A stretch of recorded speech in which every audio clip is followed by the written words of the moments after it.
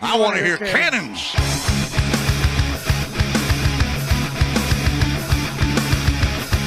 Three-step drop, close on the end zone. Caught ball, touchdown Tampa Bay. Mike Evans reaches up with one hand and grabs it in. Here they go again. Timbo mode, dropping the throw. Winston out again, throws to the left. It's intercepted at the 35. Outside the numbers to the 40, to the 35, to the 30, to the 25, to the 20, to the 15-10. Mike Edwards, touchdown Tampa Bay. That's the dagger, my friend. This is the Big Nasty. Yeah, Big Nasty. Hall of Fame Tampa Bay Buccaneer fan, baby. This is Mike Allstott, Tampa Bay Buccaneers, and you're listening to the Cannon Fire Podcast. Cannon Fire Podcast, brother. You ain't listening, and you're missing out. Woo! And there the cannons go. Fire them. Keep on firing them. Keep on firing them.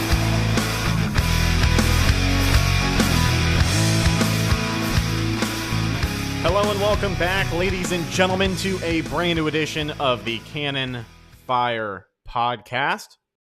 I'm your host, as always, Rhett Matthew, joined alongside me, my good buddy and co-host for today, filling in for Evan Wanish, from BucsNation.com, our good friend, James Hill. James, how are you, my friend? You know, I'm doing good. Thank you for having me on. Exciting times, man. You know, free agency is on, well, technically it's on Wednesday, but it really starts on Monday, right? And a lot of teams you're seeing are making so many different types of moves to get cap compliant or build up more cap space. And a lot of pretty good players have been released in the past couple of days. So it just got even more interesting. So really some exciting stuff. Cannot wait until Monday. Yeah, speaking of cap compliance, the last time we talked to you guys, the Tampa Bay Buccaneers were right around $37 million over the cap, following the departures of tight end Cam Brate, running back Leonard Fournette, and offensive tackle Donovan Smith. Since then, Tampa Bay, Jason Light, Mike Greenberg, and all the people in that front office have gone to work. They restructure the contracts of wide receiver Chris Godwin, cornerback Carlton Davis, center Ryan Jensen, and of course, nose tackle Vita Vea to create nearly $44 million in cap space. Just as soon as everyone's asking, what are the Bucs going to do to be cap compliant is as soon as we hear about this news, because it wasn't just one thing after the other.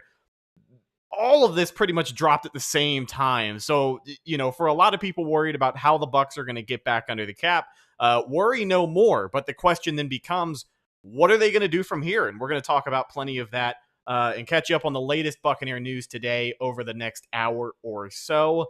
But I think the biggest thing to take away from these moves, before we get into some more detail here, it's hard to judge what kind of offseason we're about to watch. I still think we have a general idea based off of everything we've talked about up until this point, but it's important to mention that we should expect some more moves in the coming days for the Bucs to create additional space, because they still have some impending free agents that they're going to want to deal with. Some guys are going to get paid, and you know what? They might not be getting paid by the Bucs. That's okay. But, along with wanting to pay the guys that they want to keep around, they could be looking at some external options as well for certain positions, maybe getting younger at certain places. But it definitely feels like the Bucs finally have some room to breathe regarding the cap situation. And this is something a lot of people have been waiting for, James.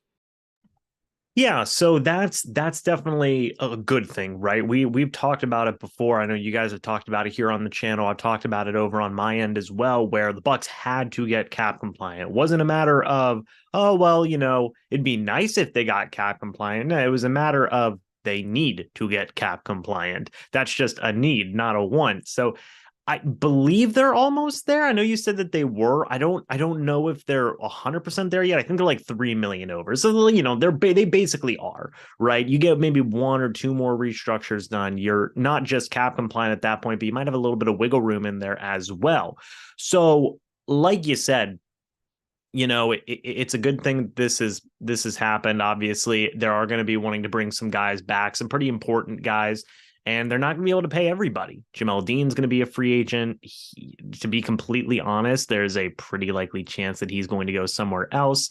Lavonte David's going to be a free agent. That's one that's definitely got a lot of people worried. Will Golston and just plenty of other names that are out there, both some starting guys and some depth guys as well, that have expiring contracts. And that's probably going to be the first of the Buccaneers' priorities is, okay, who can we focus in on bringing back, and who are some other guys that, like you said, Rhett, where if we are going to replace them, are we going to be able to bring in some cheaper veteran type options, or are we going to have to look at the draft as well for potential replacements as well? So that's going to be the first couple of big questions that need to be answered come Monday or Wednesday or Tuesday, whatever it may be, is who are the Bucs going to focus on bringing back out of those pending free agents that they have?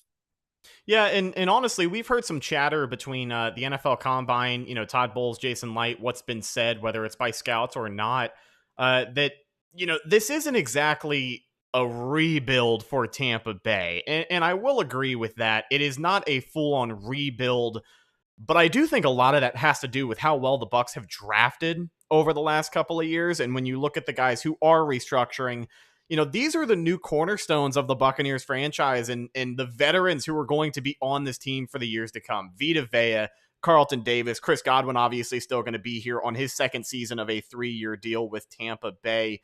Mike Evans getting a little bit older, but he is still set to be here under contract for Tampa Bay next season. Let's talk about some of the restructures in particular and highlight those players.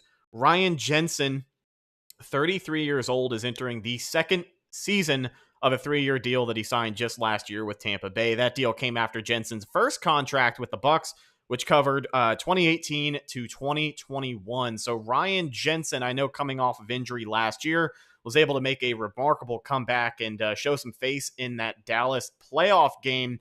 He is going to be entering his 5th year as a Tampa Bay Buccaneer in 2023.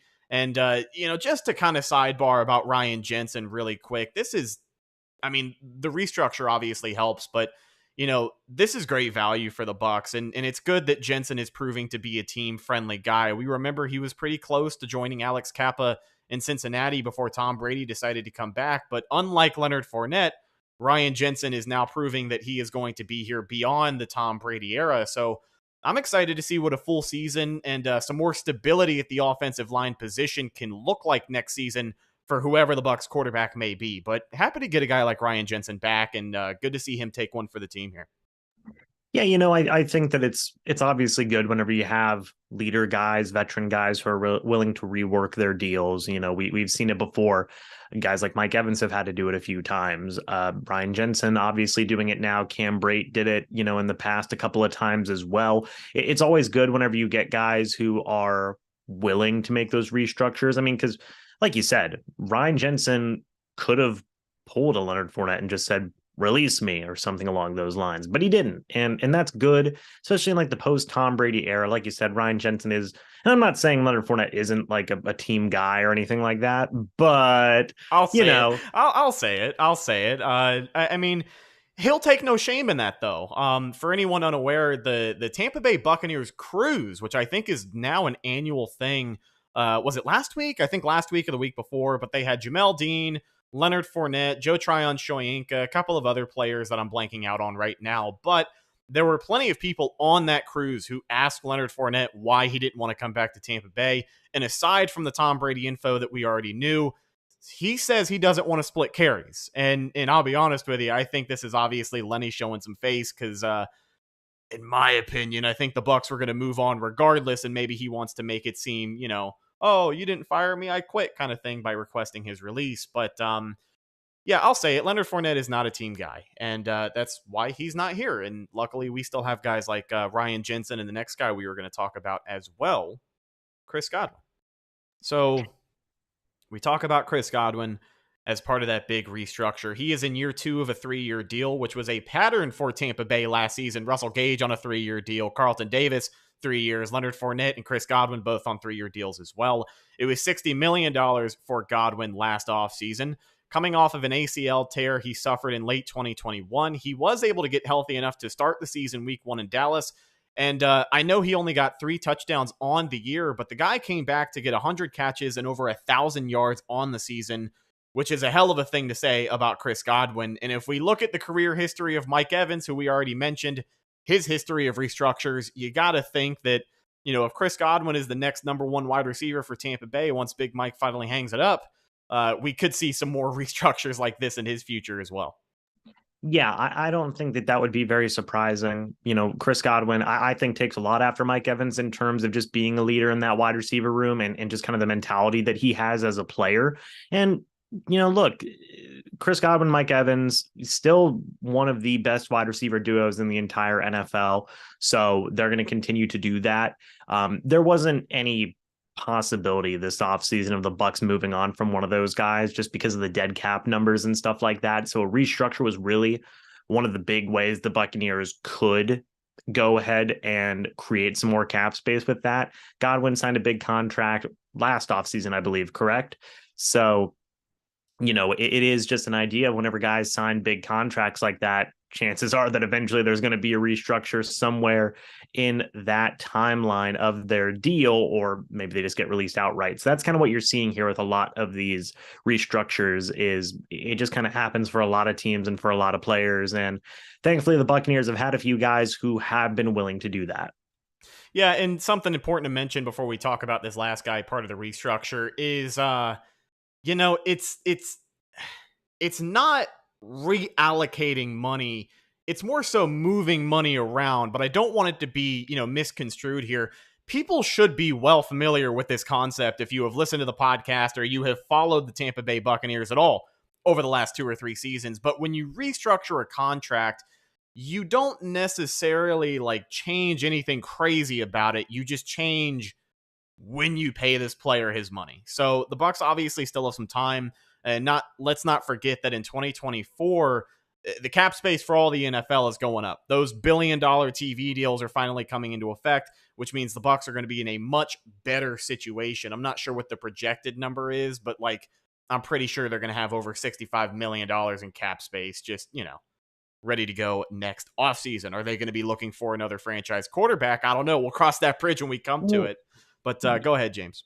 Yeah, well, that's something I want to point out too, is if you look at future cap space numbers for the Bucs, after this offseason, obviously they're going to be spending money to bring guys back, but they're not in a bad situation after this year, Rhett. They're going to have a pretty significant amount of cap space next year, and then it just gets better and better as the years progress on. So people can always say, oh, they're kicking the can down the road, got to pay the piper. And that is completely understandable. That's what's happening this offseason. But after this offseason, they're not in the worst situation in the world in terms of cap space. You also got to consider, heck, if they draft a quarterback, if they have a cheaper veteran option, then that's not going to be taking up a significant amount of cap space either. So that's always important to factor in. So, yeah, definitely a lot of cap gymnastics this year, but in the following years, it's not going to be as difficult for the Buccaneers, I would say, to really rework and have to do as many gymnastics to get a better cap space number.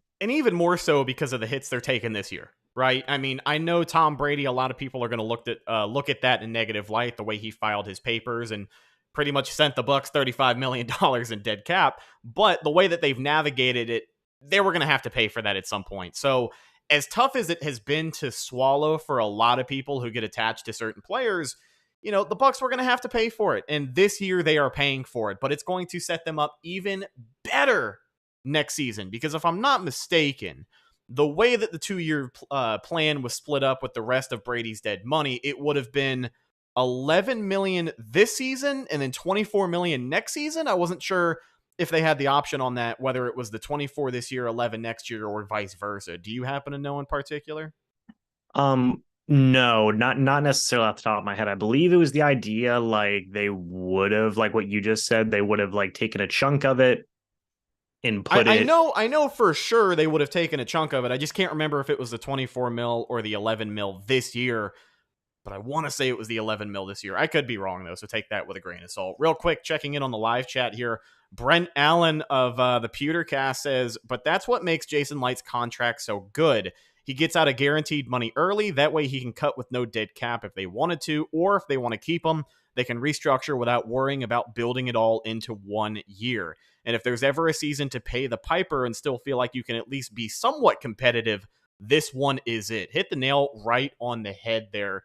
Shout out to Brent from the Pewtercast. Hoping to see that back sometime soon. I know we were teased a little bit at the start of last year, and obviously some things get in the way, but I'm glad you're still here hanging out with us, man. So the last guy in this restructure, or actually the second to last guy in this restructure that I wanted to talk about is, of course, the big nose tackle Vita Vea. They made some changes to his contract, freeing up around $9 million in cap space. And this is another guy that they just signed last offseason. I think if not a little bit before the end of the season was the deal that they made with Vita Vea. And that's longer than a three-year deal for sure. So with a longer contract with a lot more money too, with a big guy like Vita Vea, it does make it a little bit easier to move some of that money for the later years on that contract. But again, another young, what could be cornerstone player for this Tampa Bay Buccaneers team headed into the future. Guys like Vita Vea, guys like Carlton Davis, which we'll talk about again. I know Ryan Jensen is 33 years old, but Chris Godwin in that conversation as well. So some positive reinforcements and some good team-friendly guys. So here we go. Carlton Davis. Davis also signed a 3-year extension last offseason, and he is entering his second season of it. While he didn't have the best season of his career last year, he still played at a pretty high level and provided consistency throughout the season opposite fellow cornerback Jamel Dean.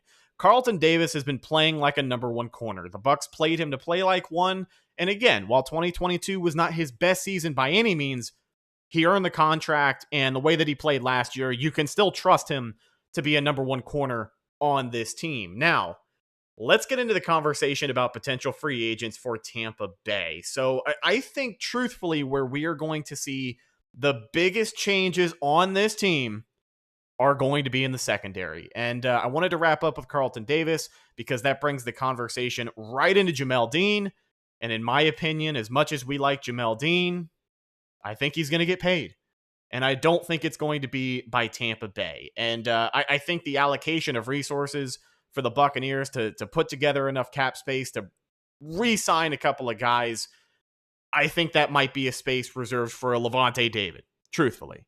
I think Jamel Dean's going to go get paid. You know what I mean? I think Jason Light is looking at some of these pieces, and he's saying bring it on because, we're totally fine with shedding some weight in certain positions. So, again, I know it's going to hurt, but I think Lavonte David comes back, and I think Jamel Dean is another departure for this Buccaneers team in free agency. I know they said Lavonte is going to test the market, and I do think that's true. I know there's demand, even though he is, 33 years old, still one of the perennial linebackers in the league. What do you think about Jamel Dean and Lavonte David in particular? How do you see that shaking out? Well, firstly, like in the case of Jamel Dean, he's going to get paid. I think his expected market value is around $16.5 million, something along those lines. So, and it's understandable as to why. He's a very good cornerback. The Buccaneers have been very fortunate to have him as their number 2 cornerback for as long as they have. He has shown great development and has really turned into a number 1 cornerback, essentially. So he's going to get paid. And I said it earlier in this show, unfortunately, I don't believe the Tampa Bay Buccaneers are going to be that team just due to all the limitations that they have in their cap space this offseason. So I fully expect a guy like Jamel Dean to go off into free agency and get paid by a team that is going to need cornerback help. Who will that team be? I have no idea. There can be a lot of different types of teams that could use the services and can afford the services of Jamel Dean. So that is what that is. And honestly, we may see a deal done as early as Monday, Rhett, in terms of Dean getting paid. Kind of very similar to what we saw with a guy like Jordan Whitehead, just twice as expensive, basically, where he went and signed with the New York Jets. I believe we will see a very similar situation with Dean. Now, in the case of Lavonte David, I do also believe that the Buccaneers are going to prioritize bringing him back. And there has been that report that David is going to test the free agent market. That is understandable as to why that would be the case. David, he is 33 years old. Depending on what teams may or may not be interested in him, could factor in a lot. Does David want to go and try and win another Super Bowl before the end of his career, since he has already won one with his hometown team? That is something that you legitimately have to consider there if you are Lavonte David and making that type of decision. If the Super Bowl contending team offers you $10 million and the Buccaneers offer you $10 million, well, that's going to be a very tough decision that has to be made there. But I do agree with you in saying that, yeah, I think at the end of the day, Lavonte David is still hopefully going to come back to the Tampa Bay Buccaneers and finish out his career. It's very rare when that happens. Even greats like Warren Sapp, Gerald McCoy, John Lynch, some of those other guys have gone and played at other places after they left the Buccaneers. The only two guys where it didn't happen were Rondé Barber and Derek Brooks, but even Derek Brooks got released. He just didn't sign with anybody else and play anywhere else. So I think that David would want to be one of those guys, right? That does play his full career and finishes his full career with the Buccaneers. But there are still kind of some factors in there that may change that trajectory, if that makes sense. But I think that the Buccaneers, I would say that in terms of all their free agents, ones that they can realistically re-sign, Lavonte David has got to be at the top of that list for sure. Yeah, the Bucs are obviously committed. I think the Bucs have said everything they need to. They are committed to Lavonte David. Now, there's a couple of guys that I have seen who say they have sources. I'm not going to discredit them or credit them one way or the other, but they are reporting that obviously a deal is being worked on. And for the Buccaneers right now, what they can afford is something in the 2 to 3 year range, not 2 to 3 million, of course, but something around 2 to 3 years is what they would try to expect the Bucs to bring back Lavonte David on. I think that's pretty fair as far as what other teams would offer him as well.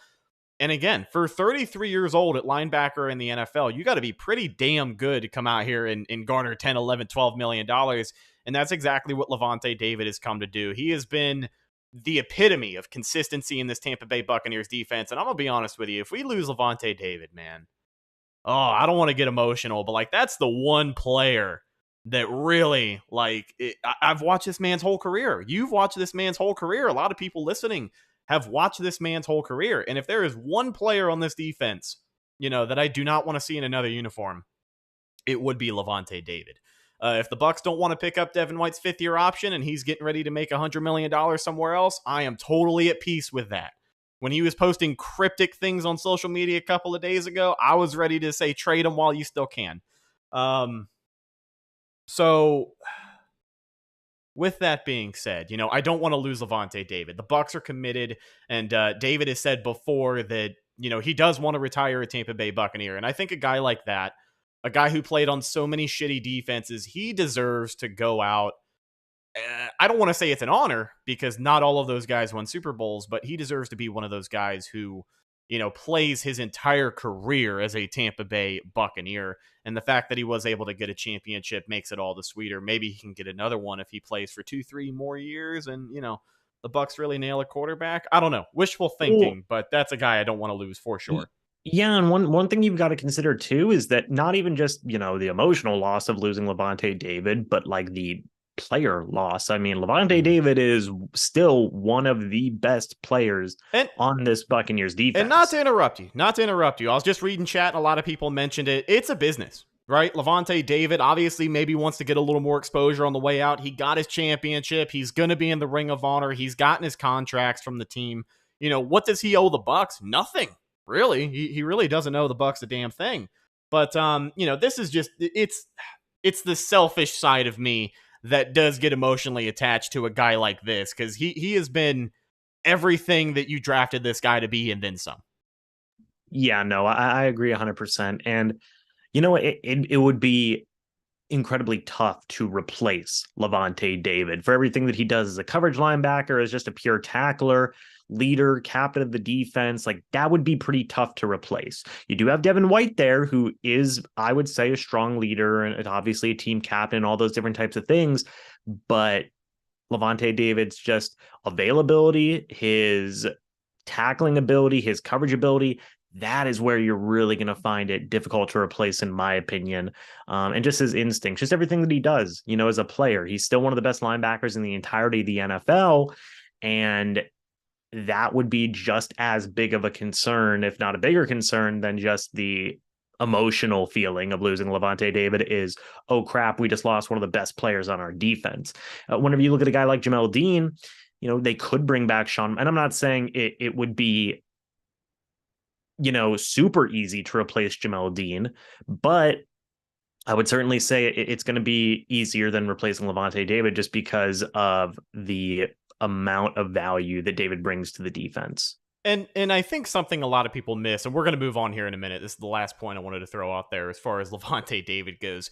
I think the biggest difference in losing a Levante David to a Jamel Dean, to further your point, we have Carlton Davis. We have a number one corner, right? When you look at the linebacker core of this Bucs team, the anchor has been number 54, and it doesn't matter who he's playing next to. It could be Mason Foster. It could be Danny Lanzana. It could be Quan Alexander. It could be Devin freaking White. But if the Bucs move on from Levante David, I would expect them to pick up Devin White's fifth-year option. I would expect them to pay a pretty ridiculous amount of money for Devin White. Not saying that they're overpaying, because he's headed into a make or break year. He's got some time. I like Devin White. I don't like him as much as Levante David. If the Bucs move on from Levante David and they do not pursue Devin White, you're about to watch this linebacker core of this Bucs defense become a concern, because nobody has talked about it, because it has not been a concern for 12 seasons. Seriously, it does not matter who you have playing next to 54. They're going to be a better player because of it. And that's the hill that I'm ready to die on. I don't want to lose Levante David. I know some other people agree with me. I know some other people are a little flabbergasted. Some 30-plus-year-old guy is the best player on your defense. That's kind of odd, but I don't think that speaks to the level of defense the Bucs have. I think that speaks more so to the type of player Levante David is. I mean, a 45-year-old quarterback was the best player on the offense. And that offense sucked. And that worked out pretty well for the Bucs in past couple of years. Oh yeah, 2020, 2021 for sure. I will agree with you there. Checking in on the chat real quick. Kevin, the moderator, says inside linebacker could arguably be the Bucs' biggest need this offseason if Levante leaves and the Bucs decide to not commit to Devin White. Exactly what I'm saying, my man. Mr. Wright says Vita Vea and Winfield Jr. are the only that would be safe, in my opinion, on this defense. That's a pretty solid point. Charles Jansen with a good question. Do you two think Zion McCollum improved enough last year to become a starting cornerback? We had hinted at this conversation, with the departure of Jamel Dean. Questions left with Sean Murphy-Bunting, who is a free agent, but I think he sticks around because I don't think his market is that good. But another Buccaneers draft pick from previous seasons, Zion McCollum. While we have praised Jason Light for his home runs, it was a pretty rough rookie season for Zion McCollum last year. It seemed like every time he was in the game, he was just getting picked on. He did start to improve towards the end of the season, but I think that was just trial by fire and really, trying to get his feet wet. But could you see him taking up a cornerback 3, maybe cornerback 4 spot next year for the entire season? I would say, to comment on Charles' thing where he said, is he good enough to be a starting corner? I'd say probably not yet. I think you'd have to see improvement in training camp and the offseason program to feel more confident about that. Because, as you said, Rhett, based on what we saw the previous season, it was a pretty decent struggle there for McCollum. And people knew that was going to be the case coming in. McCollum was a pretty raw prospect, great athlete, but definitely needed some time to adjust to NFL speed and NFL levels and stuff like that. So, I'm going to say you can't go in to next season confidently saying that, McCollum can be the number 3 or number 2 corner. I agree more with what you say. We're saying like, hey, if he's your number 4 guy, I think that's something that you can feel pretty good about just based off of some of that growth that you saw at the end of the year and some flashes of some good cornerback play. And I would say that, you can give him the opportunity to battle for a cornerback 3 job, but I think that he's not there yet. And that could change by the end of training camp and preseason and whatnot. But right now, I would fully expect the Buccaneers to draft another corner, maybe in the higher rounds, definitely maybe bring back Sean Murphy-Bunting, like you said, and possibly explore the idea of bringing in maybe a veteran free agent or 2 somewhere down the line as well. Yeah, and a good counterpoint here by our buddy Charles in the chat. He asks, what was Rondé Barber's rookie season like? And for the uninformed, the latest Tampa Bay Buccaneers Hall of Famer, I don't think it took Rondé Barber until year 3 or 4 to really kind of get it together and start to carve out a role as the team's number 1 corner. I heard Rondé Barber say himself one time that he was scared he was going to get cut. He was scared he was going to lose his job and be left behind after that first season and a half. He really was having doubts, but We obviously saw the development. We saw him eventually revolutionize the cornerback position, and all of his efforts rewarded him with a gold jacket following, 7 years, 8 years, 9 years of eligibility. What was it, 2015, 16? Well, he retired 2012? I believe so, yes. It was either 12 or 13. So I think it was 2016. I think it was 2016 or 17 that he was eligible. But regardless, it is long overdue. So, to compare Rondé Barber to Zion McCollum does seem a little rushed. But development takes time, especially with these young cornerbacks. Carlton Davis, it took him a long time to really start playing like a number one corner. Took him a couple seasons at most. So excited to watch the development of Zion McCollum, and we will obviously keep you updated every step of the way. Yeah, 6 years of eligibility. He retired in 2012, so 2018 was the first year he was eligible. And finally, except, you know what? Rondé, he might have been stiffed, but he wasn't stiffed like John Lynch.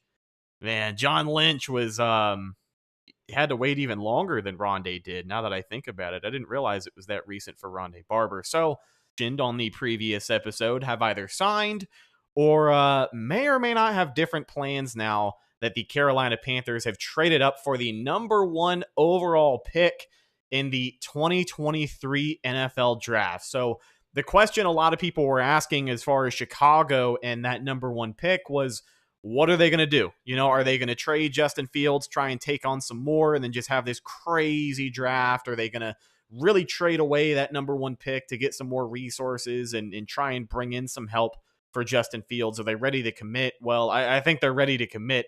They went and got DJ Moore and, a couple of other picks from the Carolina Panthers. So it'll be interesting to see what Chicago does. But most importantly, it'll be even more interesting to see what Carolina does. Because, a big theme coming into this offseason in particular is who's going to win the quarterback contest in the NFC South right now. Because 3 out of 4 teams still need a quarterback. The New Orleans Saints, a little bit earlier this week, signed former Raiders quarterback Derek Carr. So that ship has sailed. He is now a New Orleans Saints. Actually, if I'm not mistaken, talking to the local media up there in New Orleans right now. And then Carolina in prime position to draft their future franchise quarterback. And I guess let's just get into it. We'll kind of go around the horn here.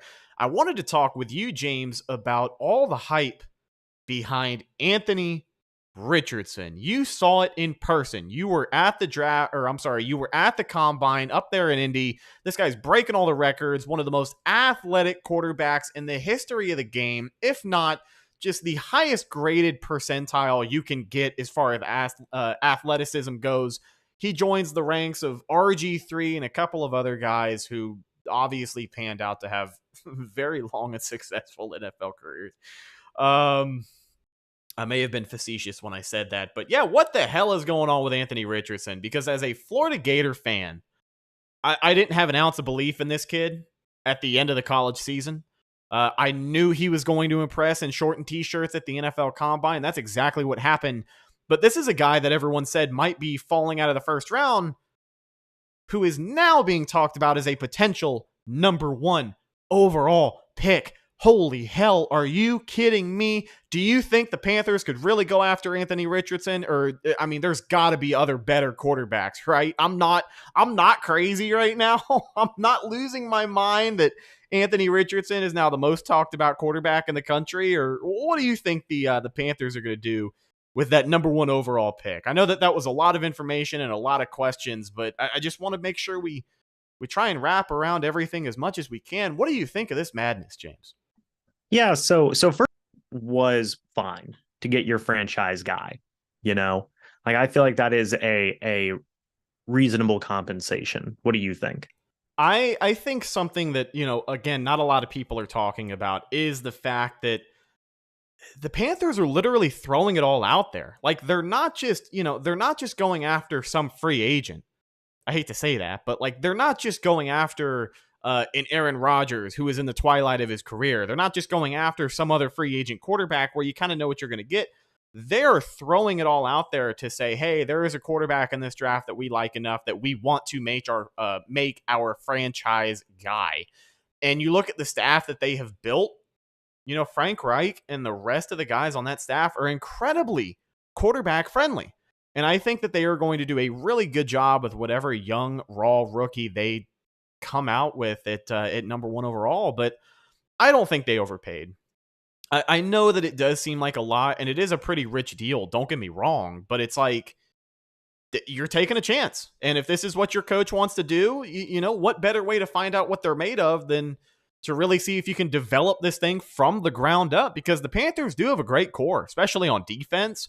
Like, I don't think enough people were talking about how good their defense is after last season, but they can make it happen. I do think it sucks they got rid of DJ Moore because he's a stud, but aside from a couple of receivers, if they can land on this quarterback, they could end up heading into the season as the team between New Orleans to really try and take this division. Now, the second question I have for you, and I'll talk about Anthony Richardson now, and then you let me know at the end who you think the Panthers are going to take number 1 overall, because going into the combine, I thought, oh man, Anthony Richardson's gonna, he'll be good at the combine. He's a freak athlete for sure, but I was skeptical, right? And then I saw the combine and I was like, oh my gosh, this man is insane. What did he run? A 4.43 40-yard dash? That's insane for a guy who is 6'5", 245 pounds. And the drills that I paid attention to the most, because I get it. People were like, oh, he's going to be athletic. Of course we know. Able to, really, really get the job done and really able to just showcase some great ability, especially on the deep ball, man. I thought that his deep ball looked really good, just looked flawless in terms of his release. Looked like it was easy, him throwing the deep ball there. So all in all, I thought he had a fantastic showing. Now, was it good enough to be number 1 overall? I don't know. You have Bryce Young there. You have CJ Stroud, who CJ Stroud looked amazing as well, by the way. It was really interesting between the difference between Stroud and Richardson throwing was with Stroud, it was almost like the dude has just been conditioned. Like, this is how you play accurate quarterback. And with Richardson, it was almost like just more loose style of play, right? That was kind of how I saw it. So I do think that all cards are on the table essentially for who that number 1 guy is going to be. The Panthers obviously have their pick now. They can make it anybody. And maybe Richardson is going to be in that conversation because he has those traits. And he definitely did better at throwing the ball at the combine than I thought he was going to do. And probably a lot of people thought he was going to do as well. So I think it is a legitimate possibility. But Rhett, I want to know, myself personally, though, I still think that it's probably going to be Bryce Young. But it would not surprise me if they took Stroud or Richardson. Levis, I've seen people say Levis. No, I mean, Levis is a fine quarterback. But I don't think he should go number 1 overall. What do you think, Rhett? Our buddy Richard T hanging out with us all the way in LA. Early morning for him. He makes a great point in chat. He says, Frank Reich comes from the Andy Reid coaching tree, so he wants someone as close to Pat Mahomes as possible, athletic, and a strong arm. And just like you said, when you compare a guy like CJ Stroud and Anthony Richardson, to me, Anthony Richardson is CJ Stroud without the finesse, right? Without that playmaking ability. Not to say that Richardson can't make plays, but there's just a different level between those guys, and I don't entirely know how to describe it. I think mentally they're on 2 different levels, and I think just being in that moment, having to step up, having to make that big play when your team needs you the most, I think that's what separates those 2 players. So I think CJ Stroud should more than be considered for that number 1 overall pick if you are Carolina, because when you take Anthony Richardson, I feel like you take on so much more of a project. And I felt this way as a Gators fan coming out of the end of last year. You know what I mean? I really thought another year under Billy Napier would have done him wonders. But, obviously it is what it is. And here we are. Can't do anything about it now. Just a couple of weeks away from the NFL draft. Excited to see what happens. But yeah, the hype with Anthony Richardson has been incredible. And that's obviously going to be something to monitor. So we talk a little more about the quarterback situation for the Tampa Bay Buccaneers. I think looking at the Bucs, my opinion hasn't changed very much since the last time we talked to you guys. I still think it's going to be Kyle Trask, given a legitimate chance to win the job from a veteran quarterback. Who that veteran quarterback is going to be, I don't know, but he's going to be cheap. And in my opinion, in a perfect world, it would be Gardner Minshew on a 1-year prove-it deal for like $3-4 million, right? Because a lot of these backups just want to play. Like, we've been hearing the news all week about Aaron Rodgers because he loves it that way. He loves keeping himself in the limelight. And now we have heard that everything is put together for a trade between the Packers and the Jets. It's just up to Aaron Rodgers at this point. So as long as he dominates the news cycle, he's probably going to make everyone keep waiting so they can keep talking about him.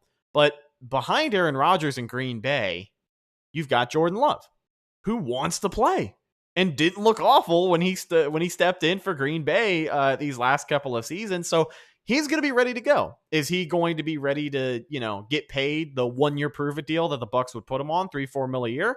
I don't know. I don't think so, but I can't imagine his market is that great. Maybe there's other teams who would pay more, but Jordan Love is a name who enters the fold now. Believe it or not, this is a pipe dream. Don't even think about this guy in a Buccaneers uniform. Hopefully this doesn't age terribly, but Dak Prescott is now potentially a quarterback some other teams could be looking for, because I saw a report yesterday that said he has quietly voiced his frustrations with the Cowboys. And that's the extent that I know. I don't even know how serious that is. Dak seems like he's going to be the guy in Dallas, but you never know. He could enter the fold as well. What do you think of the quarterback situation, though, James? What do you think is going to happen? Do you think it's going to be Kyle Trask and a veteran quarterback, or do you think the Buccaneers could let all those guys go and wait around till draft night and really look towards the future of this franchise? What do you think here? I would say it's more likely that they bring in a veteran. Now, I'm not going to completely shut down the idea. Heck, for all we know, Rhett, they could do both. They could bring in a veteran free agent and draft somebody in the draft just to cover as many possibilities as they can. But I agree with your take there whenever you say that, like, hey, Trask is going to get a legitimate chance. The Buccaneers have not shied away from that at all. You've heard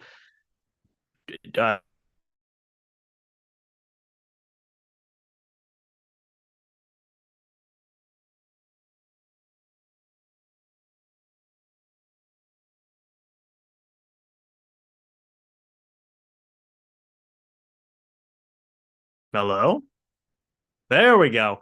Okay, hopefully everybody can hear me now. But listen, so whenever you look at the idea of Trask and him getting a legitimate shot, I do think that's a possibility. You look at Jason Light, he has said that he wants to give Trask a legitimate shot, similar things with Todd Bowles, right?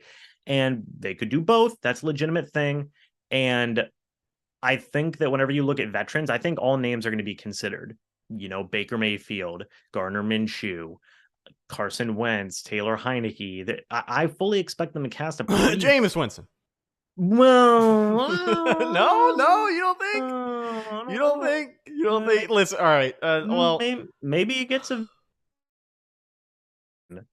Could you imagine the war of Florida State and Florida fans if Jameis Winston signed back with the Bucs and then they had to oh my gosh, no, that's just not. I don't recommend that. Listen, I just want to put this to bed right now, because in the coming days we're going to have an answer. Jameis Winston is either going to be a free agent or he is going to be back with the New Orleans Saints, as they officially extended a contract offer towards him to be their quarterback to be their backup, because clearly they got after Derek Carr. For a lot of the people asking about this, there's two names that I think about in the Buccaneers quarterback sweepstakes who I 100% for sure can tell you will not be playing in a Bucs uniform next year. One of those is Jameis Winston. I don't even think it's from the Bucs perspective. I'm sure if like the Bucs and Jameis had shook hands and their relationship ended all fine and dandy, that'd be one thing, but it didn't. Jameis Winston does not want to come play for the Tampa Bay Buccaneers again, because they told him they don't feel like they can win a championship with him, which is why they went to go after Tom Brady. Jameis Winston was not behind door number 1 nor door number 2 for the Bucs. So with that being said, Jameis will not be back. $5 super chat from our buddy Matt Diaz says, hey, Phillip Rivers apparently thought about coming back. Just saying. Yeah, for anyone uninformed, Phillip Rivers had reached out to, I believe, both the San Francisco 49ers and I want to say either the Rams or the Panthers at the tail end of last year, but there were a couple of teams he was calling up, seeing if they still needed some help. After that year that he had in Indianapolis, I will pass on Phillip Rivers. I don't think that's going to be a very good move for the Tampa Bay Buccaneers. And the other guy that I wanted to talk about is Lamar Jackson. A lot of people asking in the chat, do you think there's a chance the Bucs could go after Lamar Jackson? And the fact of the matter is, no, I don't. I mean, could they? Sure. If they really, really, really wanted to, but you're talking about for a free agent like Lamar Jackson in the situation that he is now, it would have to be a sign and trade with Baltimore. The Bucs would have to take on a pretty hefty contract, and Lamar wants all that money guaranteed, which the Bucs are not in a position to do. Now, again, they could mortgage everything they have to possibly make this guy happy, but he's not going to have any help. He's not going to be throwing the ball to any good wide receivers. He's not going to have that great of a defense helping him out.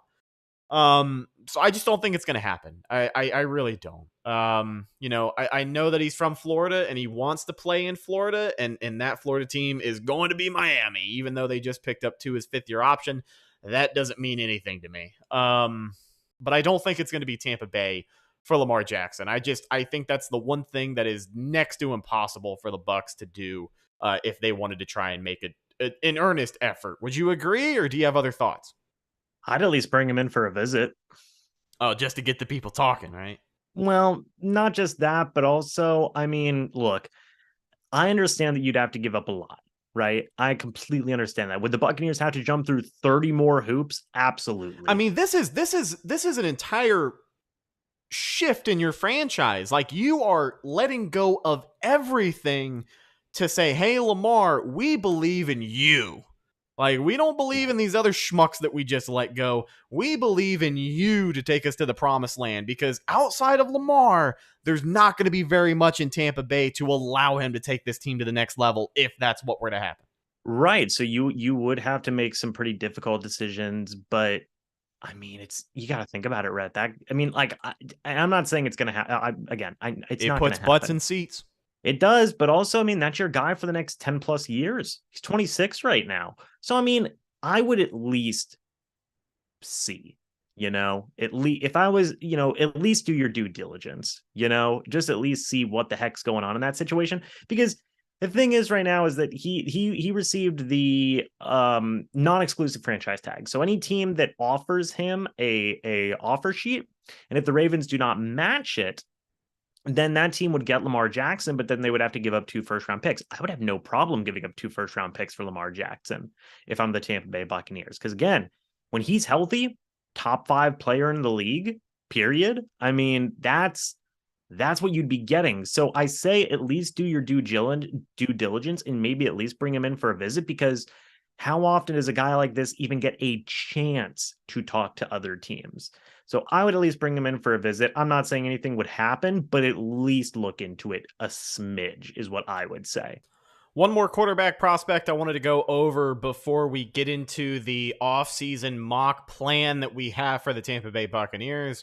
I've seen him mentioned in the chat, and this is more of a quarterback option that keeps everything on the table, which is what you had mentioned a little bit earlier, but it's a different situation than drafting in Anthony Richardson at 19 if he's there, or trading up for someone, or getting one of these other first-round picks. This guy could be the future of your franchise, but there's a lot of moving parts here, and you'll know exactly what I'm saying when I say his name. That is Tennessee quarterback Hendon Hooker, who is still a first-round projected quarterback, but torn ACL, pretty tough injury to bounce back from. It's going to take him some time, which means if you draft a Hendon Hooker, I have to imagine that no matter what, Kyle Trask is going to win that job. So again, it gives Kyle Trask a fair chance to win the job from whatever backup they may bring in if they were to draft Hendon Hooker. And then if Trask doesn't work out, then you got Hooker on the bench. If Trask does work out, well, then I guess you're SOL, because you just spent a first, potentially second round pick on another quarterback who you have no idea what you're going to do with. So what do you see, what do you see with Hendon Hooker in Tennessee? Is that an option for Tampa Bay, and why or why not? Yeah, so I mean, that was kind of somebody I really focused on at the combine. He obviously was not working out, but I did get to hear him speak, posted a little bit about it on Twitter and whatnot. And he did have a formal interview at the Bucs. I got to ask him about that, and he did get to meet with the Bucs. So that was very huge. And I like Hendon Hooker a lot. To me, and some people might not agree with this, but I would have no problem with the Buccaneers trading back or even possibly trading up into the end of the first round to pick up a guy like Hendon Hooker. I think that dude has got the poise, the ability, the leadership that you want to see in a quarterback. And I'm not knocking Kyle Trask. I like Kyle Trask a lot. And I think that he also has great qualities and can be a starting caliber quarterback.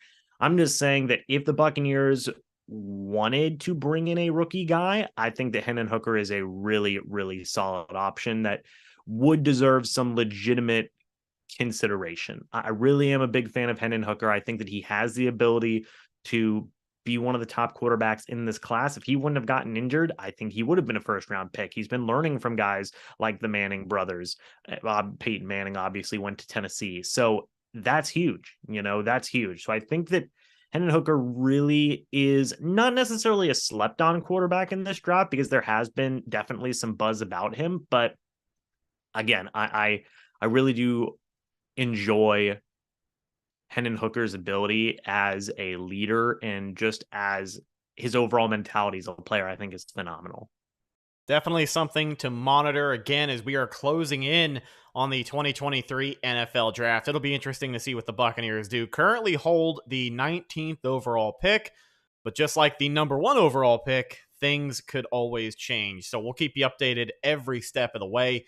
Keep it locked right here. So we're going to wrap up this week's podcast with a special treat for you guys. Just a couple of days away from the start of NFL free agency, the legal tampering period begins on Monday, and then free agency itself begins on Wednesday, the 15th.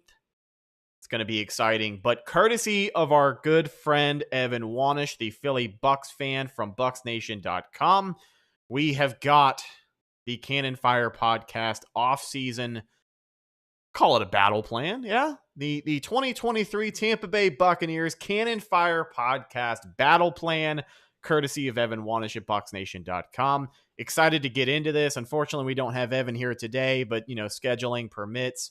We've got James here, and he is going to lay it all out for us. So buckle up, and here we go. I'm not really sure where our start point is from. We obviously know the Buccaneers are cap compliant with the moves off of yesterday. So we'll see where we pick up here in this thing. But James, the floor is yours. Yeah, so we'll start with restructures. Evan did have 6 restructures that were done, 4 of which have already happened. Vita Vea, Carlton Davis, Chris Godwin, and Ryan Jensen were all restructured already for the Bucs. So that's already 4 accurate moves from this battle plan. But Evan also threw in the restructuring of Shaq Barrett.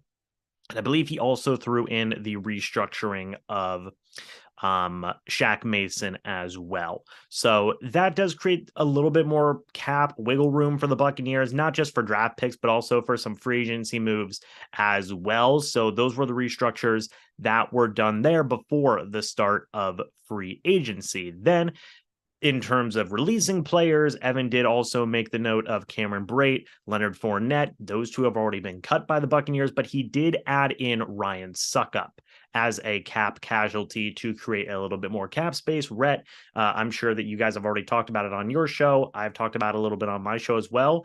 Is not official yet, so that is interesting. Thoughts on Ryan Succop potentially being cut here?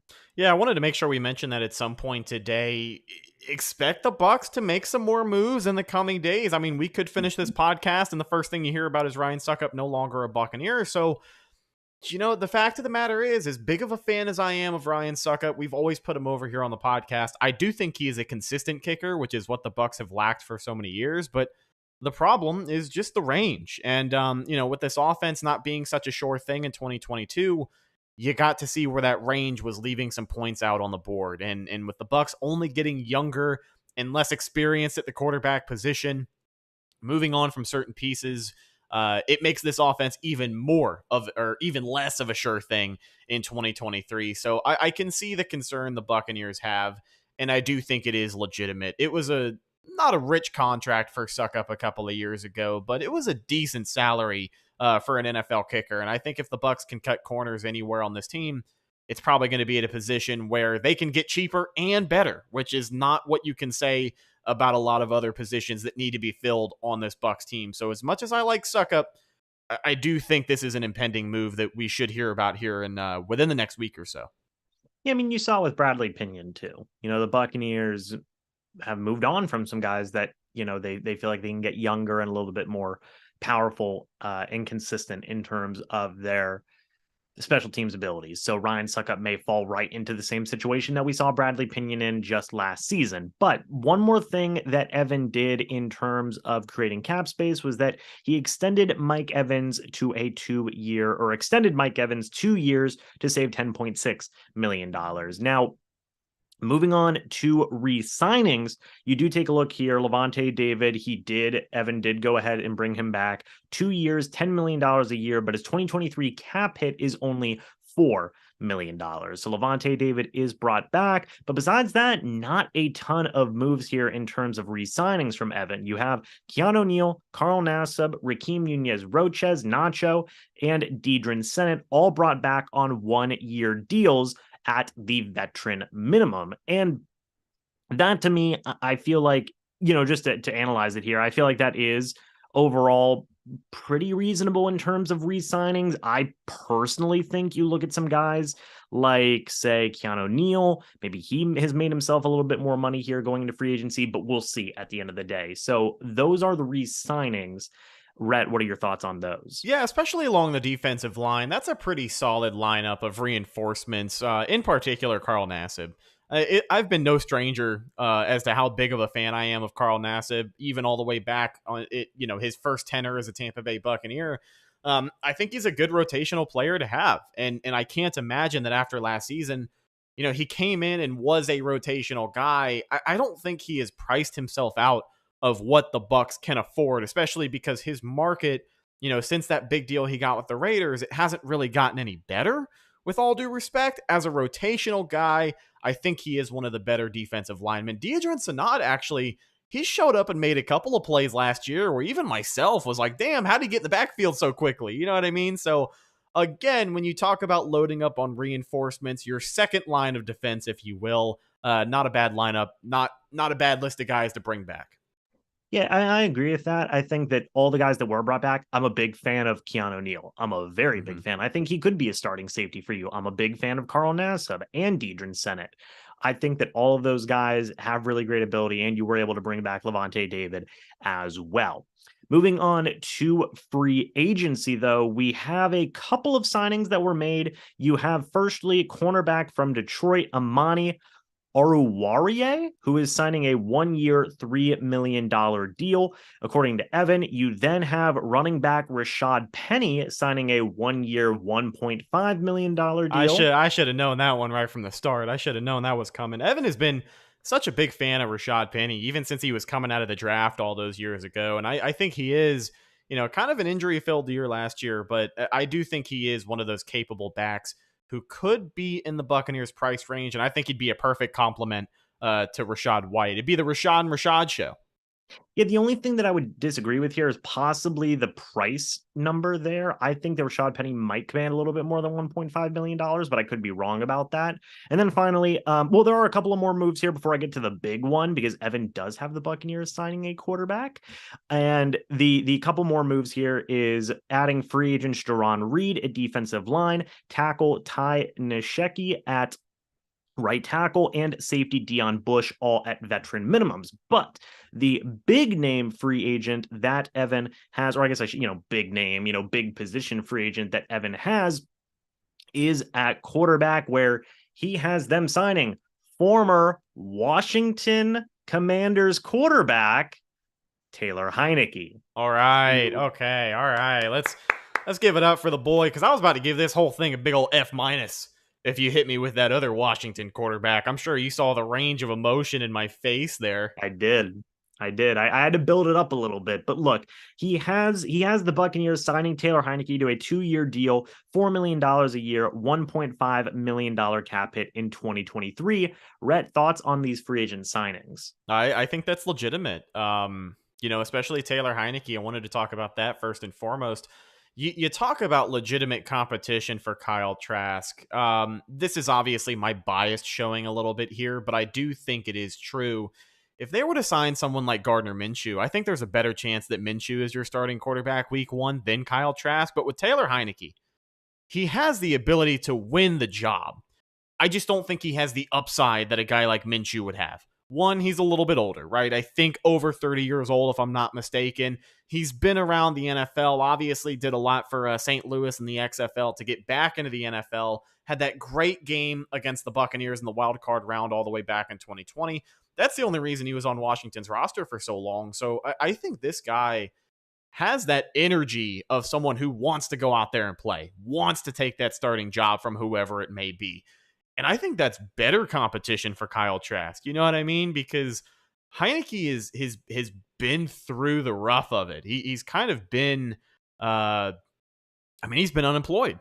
He really has. So I think that's great competition, especially for the price point. That's the biggest difference between those two guys as well. I think with Gardner Minshew, you have the opportunity to bring him in and potentially make him the future of your franchise, because I think he's only 26 or 27 years old. So, that's a guy that could come in and have much more longevity. But as far as I guess just the matching the skill set of Kyle Trask, I do think Heineke would give him more of a competition. But I like it. I like it. I like both of those quarterbacks for Tampa Bay. And, as far as what that cap hit is for 2023, that's what's going to be the most important. And I think Heineke would be a little more willing to budge on what his number would be than maybe a Gardner Minshew. But at the same time, with Minshew destined to be another, another year of being a backup for the Eagles, if nobody wants to bring him in, it's like, I don't know. I don't know what these guys are going to bargain themselves for. I don't know what their price point is, but I do think Heineke is more of a possibility for the Bucs than Gardner Minshew. But I like it. I like a lot of what Evan brought up, and I think something else that is important to mention here as we start to wrap up is, for anyone reading these battle plans, for anyone going out and checking out these mock off seasons for the Bucs, what you'll notice is a lack of blockbuster free agents, right? The 2021 offseason, 2022 were really exciting because it felt like you never had an idea of who the Bucs could sign next, right? There were so many guys that were being brought in, and a lot of them were big names too. So it was like you kind of got used to the Bucs going out and getting these guys on a limb, because there were even moments over 2021 and 22 where we're like, all right, the Bucs don't have any more money to go sign guys. And then they bring in Leonard Fournette. Or, oh, they don't have any more money to go sign these guys. And they bring in Logan Ryan or Keanu Neal. And it's like, okay, we're starting to see the wheel moving. I don't think you're going to get as much of that this year. And that's okay. We've talked ad nauseum about how this isn't going to be as blockbuster of an offseason for the Bucs. But, a battle plan like that gives you a perfect idea of what we are in for. And unfortunately for a lot of people who are real tore up about, I guess, the quarterback position and how the Bucs aren't going to have the greatest quarterback of all time next year, we kind of knew this was going to happen, unfortunately. But I like it. What do you think, James? Well, we're not done yet. We still have a couple more things to go through. So we do have the draft. Evan did do the draft, and then he has a final roster, and then I will read his official statements. We're going to go through this pretty quickly, Rhett, okay? So here we go. With the 19th overall pick, Evan has the Tampa Bay Buccaneers selecting safety Brian Branch out of Alabama.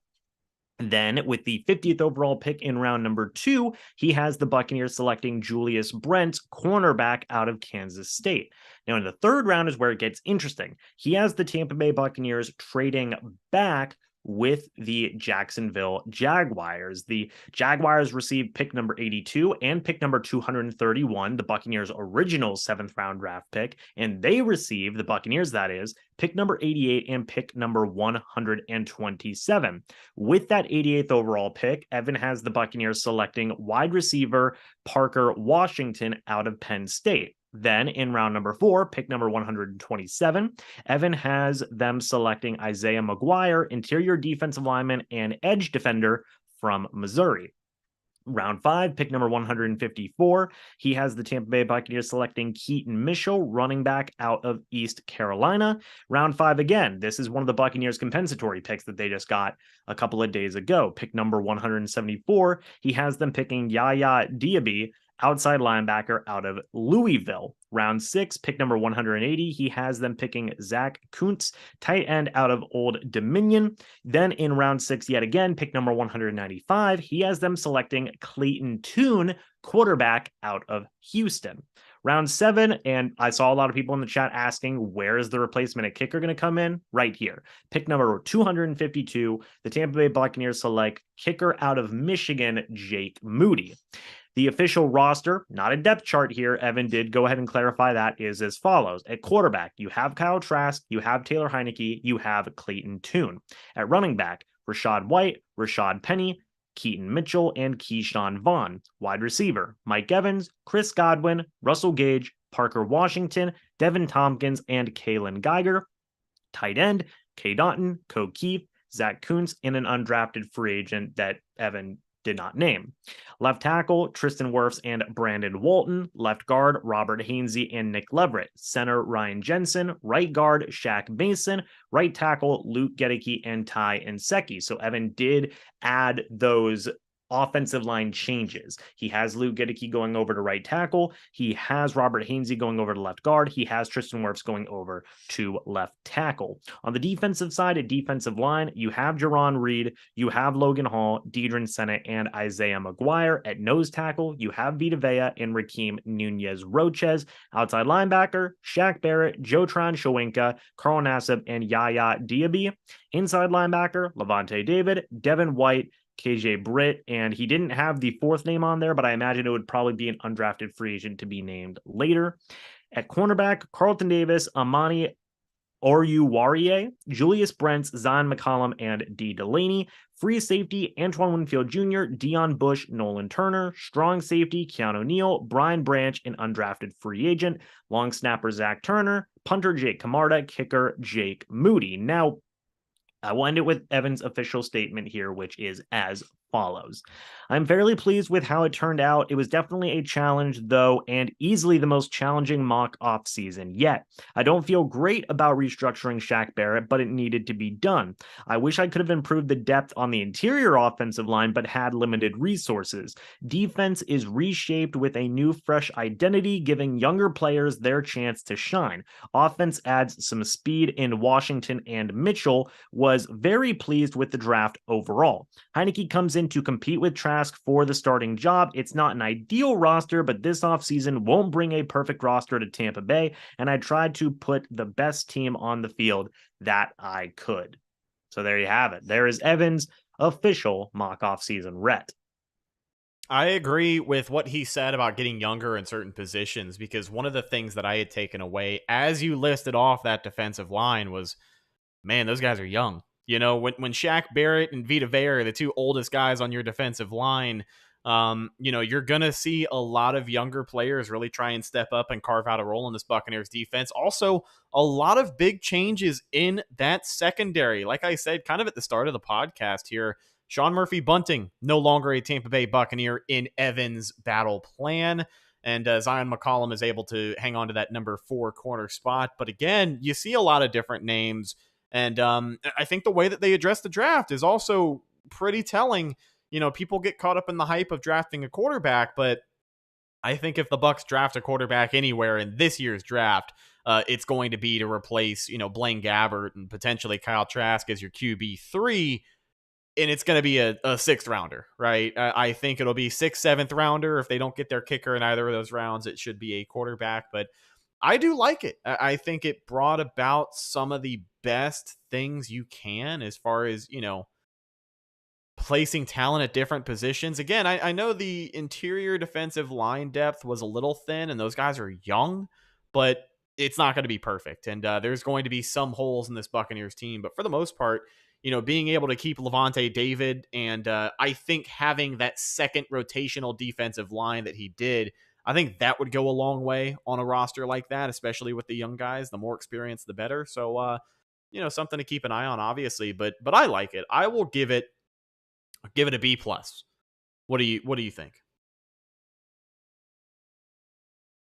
Just taking a second to put some thought into it. I would probably give it a B. I understand that Evan did have some limited resources there, but for me, I would probably be, and like, I'm not saying that I would be mad if, like, I wouldn't be disappointed if they brought in Taylor Heineke, but I would probably look to bring in a guy like a Jacoby Brissett or a Baker Mayfield at those positions. And, you said it, man. A lot of guys are going to be gone, right? Like, you look, they're not bringing back Will Golston. They're not bringing back Sean Murphy Bunting. They're not bringing back Aaron Stinney.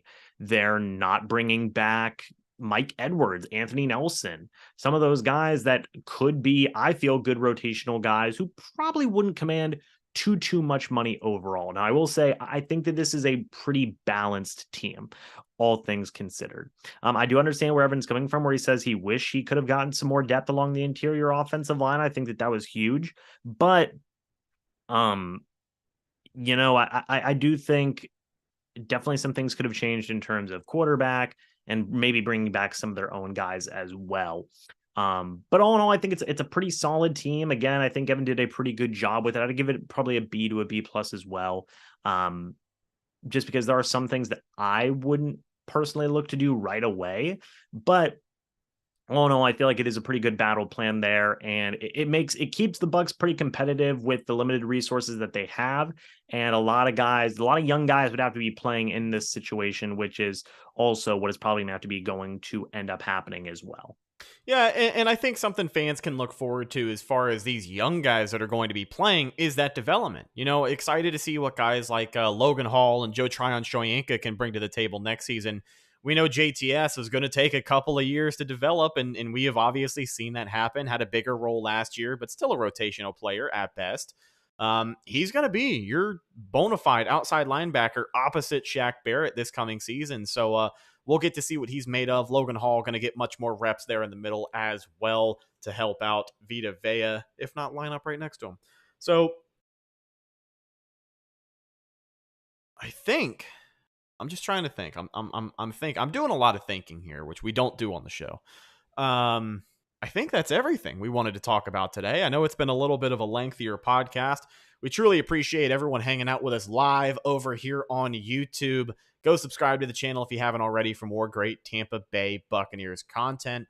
And make sure you check out my co-host James right here on YouTube at Mr. Bucs Nation for great Tampa Bay Buccaneers content. You can also check out his written work at bucksnation.com. You happen to have anything you're working on for over there? Well, not at Bucs Nation currently. We're obviously going to be getting into some more stuff once the draft comes around and things along those lines. But just made a video today about the restructuring for the Bucs of multiple contracts. There's a video going to be going out tomorrow, and I don't believe we did talk about it. But I don't even think Evan had this in his battle plan. But Nick Leverett was extended an offer by the Tampa Bay Buccaneers. So that seems like that is going to be a pretty legitimate thing of him coming back and competing at that left guard position. So that is, a thing that will be happening moving forward as well. So, he does have Nick Leverett in here, by the way. So they do re-sign Nick Leverett. There you go. I was wrong. My bad, Evan, if you ever watched this. But I have a video about Nick Leverett coming out tomorrow. I have two videos out today. One about the restructurings, one about the compensatory picks that the Buccaneers just got. And a lot of fun stuff coming up here in the next couple of days. Awesome. Last but not least, check out the show, Facebook, Instagram, and Twitter. All of those are Cannon Fire Podcast. Best place to go for updates on the show. And of course, Tampa Bay Buccaneer news as it happens. You can find myself, Instagram and Twitter at Retticus, RHETTAKUS. If you follow me, I will follow you back. But that's the show. Thank you so much to James for filling in for Evan today. Pleasure to have you and talk to you as always, my friend. Next time we talk to you guys, free agency will be underway. We'll get into some more detail about what the Buccaneers are going to do and what changes have been made between now and then. So stay tuned. I'm your host, Rhett Matthew, signing off from my co-host, James Hill. We'll talk to you in the next one. Until then, and as always, thank you for listening, and go Bucs.